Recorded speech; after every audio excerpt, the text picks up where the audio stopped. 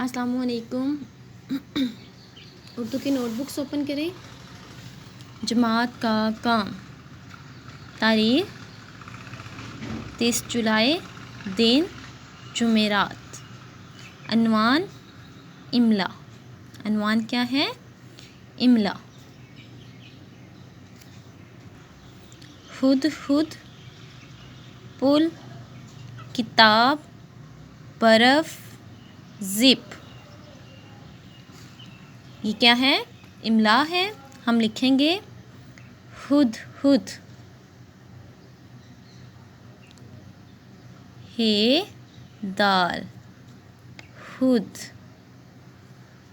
हे दाल, हुद, हुद हुद।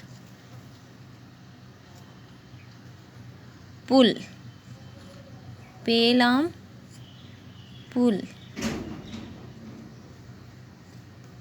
किताब, क्याफ, ते अलिफ ता बे, किताब।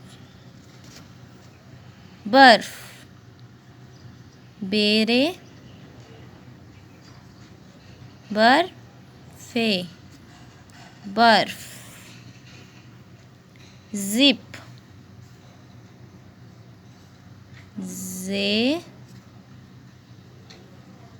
पे, ज़िप। ओके स्टूडेंट्स, ये इमला है। आपने इसको अच्छे से तैयार करना है,